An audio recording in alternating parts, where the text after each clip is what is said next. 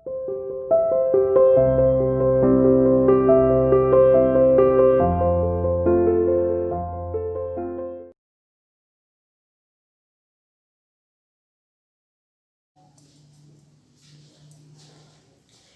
students, welcome to you CR International School online classes.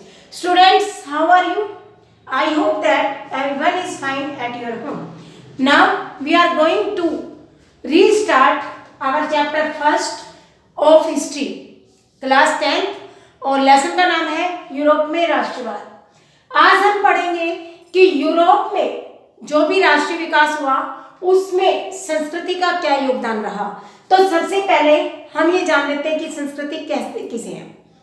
संस्कृति का मतलब है विभिन्न प्रकार के जो भी हमारे साहित्य हैं, कथाएं हैं, लोकगीत हैं, लोक नृत्य हैं, उनके माध्यम से हमारी जो पुरानी विरासत है, इतिहास है, जो पुरानी हमारी जो सैनिकों की शौर्य गाथाएं हैं, हमारी परंपराएं हैं, हमारी कल्चर है, उसको जीवित रखना। क्योंकि राष्ट्र की जो सच्ची आत्मा है, राष्ट्र की आत्मा जिसे कहा गया है वो कौन सी है? लोकगीत, काव्य, कथाएं और साहित्य है, जिनके द्वारा हम बार बार अपने पुरानी जो चीजें हैं, पुरानी ऐतिहासिक कथाएं हैं, हमारी जो इतिहास की जो घटनाएं हैं, उनका हम वर्णन करते हैं। कोई कथाओं के माध्यम से, कोई कविताओं के माध्यम से, कोई गाकर, कोई नाचकर। तो ये पुरानी जो हमारी इतिहास की पुरानी चीजें हैं उनको पुनर्जीवित रखना, वो क्यों रखना जरूरी है? क्योंकि जब तक हम पुरानी चीजों से नहीं जुड़े होंगे, हमारी पुरानी ऐतिहासिक घटनाओं से, ऐतिहासिक कथाओं से और काव्यों से, साहित्यों से हम दूर हैं, तो हमारे अंदर कभी भी देशभक्ति की भावना प्रेरित नहीं हो सकती। और जैसा कि आज का हमारा टॉपिक है कि यूरोप में राष्ट्रीय विकास कैसे कैसे आया, तो उसके लिए विभिन्न प्रकार के कलाकारों ने कविताएं लिखी, कथाएं जगह जगह पर जा जाकर गाई। आज देखिए हम अभी तक भगवान राम और कृष्ण को गए कितना समय हो गया, लेकिन कथाओं के माध्यम से उनको आज भी याद रखते हैं।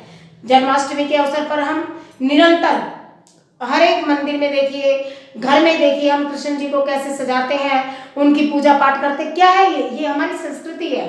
हम भगवान राम का रामलीला के दिनों में किस तरह से उनको रामलीलाएं करते हैं, दशहरा मनाते हैं, ये क्या है? ये हमारी संस्कृति है।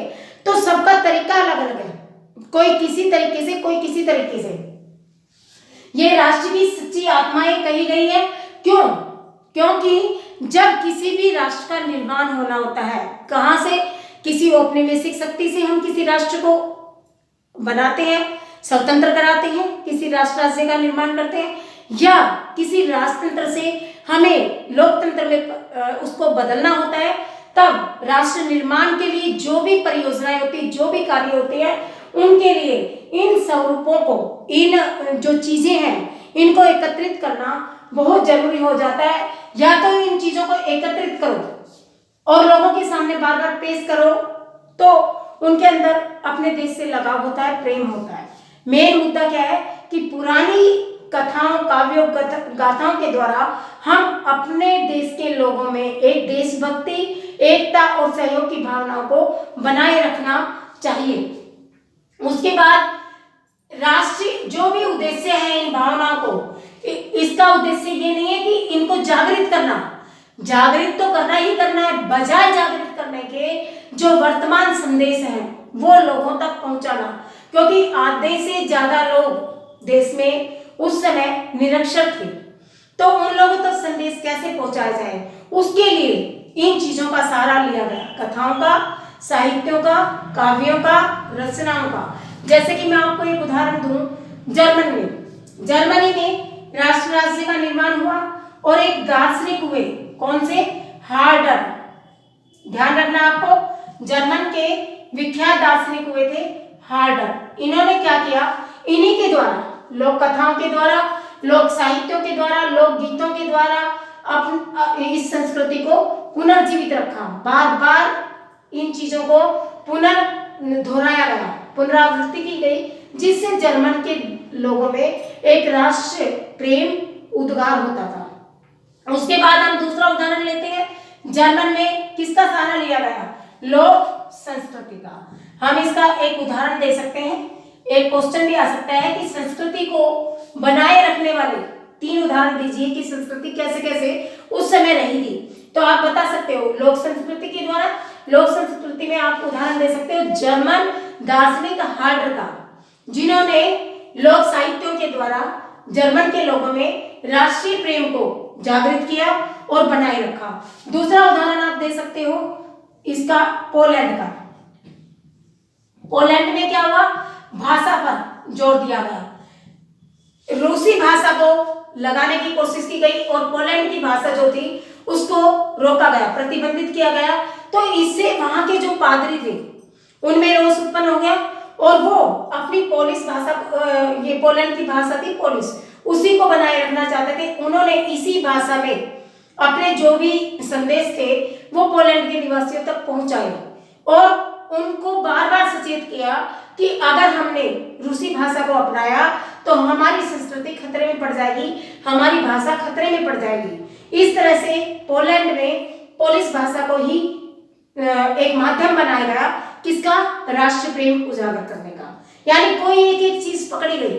किसी ने लोक संस्कृति को लोक संस्कृति में किसी ने अपनी कथाओं काव्यों के द्वारा एक दर्शन के द्वारा लोगों तक पहुंचाया, किसी ने भाषा के द्वारा राष्ट्र प्रेम को प्रेरित करने की कोशिश की। और इसी तरह से हम लेते हैं संगीत का सहारा, संगीत या नृत्य।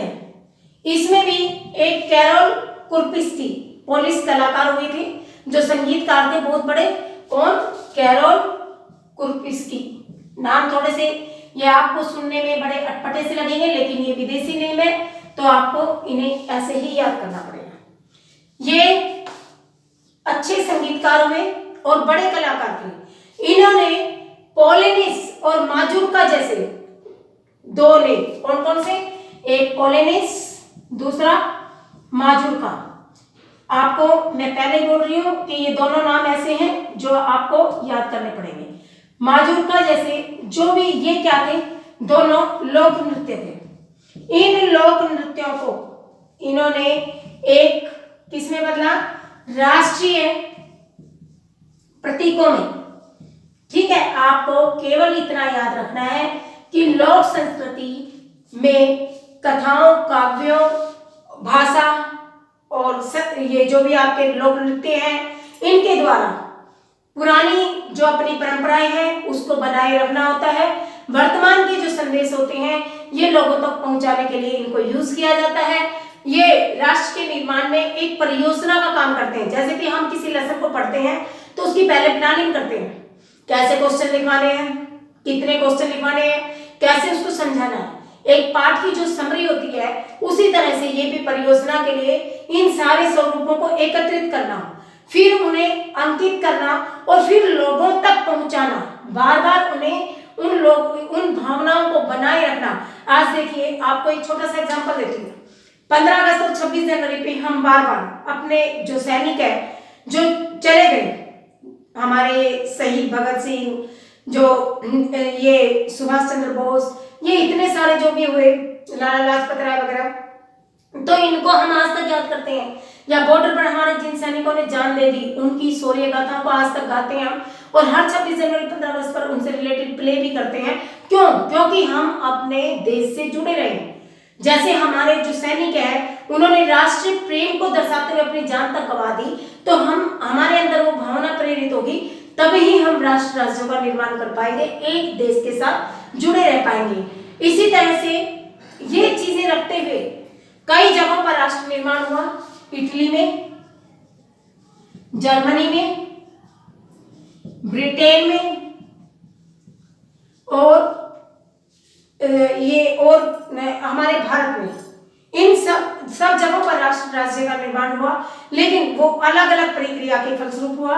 एक एक देश को हम लेते हुए कल से स्टडी करेंगे, पहले एक देश के बारे में फिर दूसरे देश के बारे में। देखिए, जब भी कहीं भी राष्ट्र निर्माण हुआ तो एक निरंतर अथक संघर्ष के बाद हुआ। 1-2 दिन की, 1-2 महीनों की, 1-2 साल की ये बातें नहीं होती है। इसमें हजारों लोगों की जानें चली जाती हैं, 50-50 साल लग जाते हैं इस संघर्ष में। आज देखिए हमारे ऊपर औपनिवेशिक शक्ति कौन थी? अंग्रेज, जिनको हमें यहाँ से निकालने में, अपने देश को स्वतंत्र कराने में कितने साल लग गए? 200, 250 के, 150 के लगभग।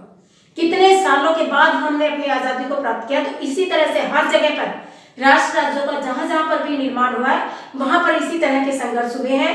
कहीं और इस संघर्ष में कहीं इन संस्कृति ने, तो कहीं दार्शनिकों ने, कहीं चिंतकों ने, कहीं समाज सुधारकों ने, सबने अपना अपना योगदान दिया है। तो कल से हम एक एक देश के बारे में पढ़ते हुए चलेंगे कि कैसे कैसे कहां पर कैसे राष्ट्र राज्य बने। ठीक है, आज के लिए इतना ही काफी है। जो भी मैंने लिखा है इसको आपने बार बार सुनना है, इससे रिलेटेड क्वेश्चन याद करने हैं। Okay, thank you very much.